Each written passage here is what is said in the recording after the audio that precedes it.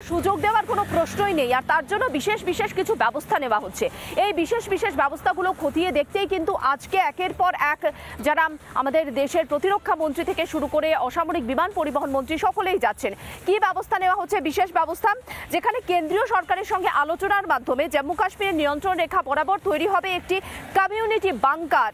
Operation সিঁদুর থেকে অভিজ্ঞতা নিয়ে সাধারণ মানুষের নিরাপত্তা থেকে শুরু করে সেনার নিরাপত্তা সমস্তটা মাথায় রেখেই কিন্তু এই কমিউনিটি বাংকার তৈরির সিদ্ধান্ত কেন্দ্রের।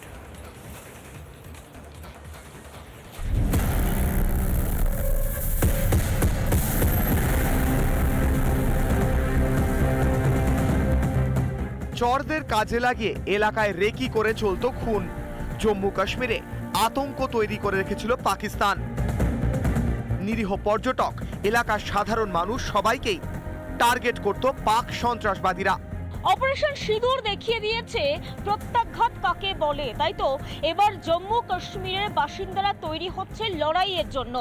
বিভিন্ন সীমান্তবর্তী গ্রামগুলোতে তৈরি করা হচ্ছে বাংকার, যেগুলোকে কমিউনিটি বাংকারও বলা যেতে পারে।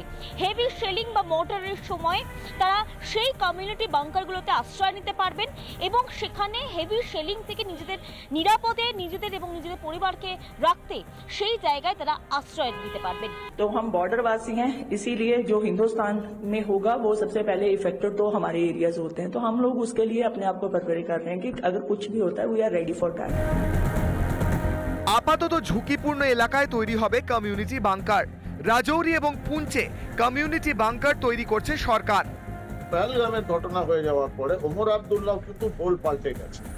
তার অনেক কারণ রয়েছে। রাজ্য সরকার ইন্টিগ্রেটেড ওয়েতে কেন্দ্রীয় সরকারের সঙ্গে কাজ করছে এবং এটা একটা ভালো লক্ষণ। দেরিতে শুরু হলেও যে হয়েছে, এটা রাষ্ট্রীয় সুরক্ষার জন্য অত্যন্ত সদর্থক পদক্ষেপ। পুঞ্চ, রাজৌরির মতো যে সমস্ত এলওসি সংলগ্ন এলাকা রয়েছে সেখানে বাড়তি নজরদারি কিন্তু চালাবে কেন্দ্রীয় সরকার এবং সেখানে যাতে প্রতিরক্ষামূলক বন্দোবস্ত করা হয় সেদিকেও বাড়তি গুরুত্ব দেওয়া হবে বলেই সূত্রের খবর।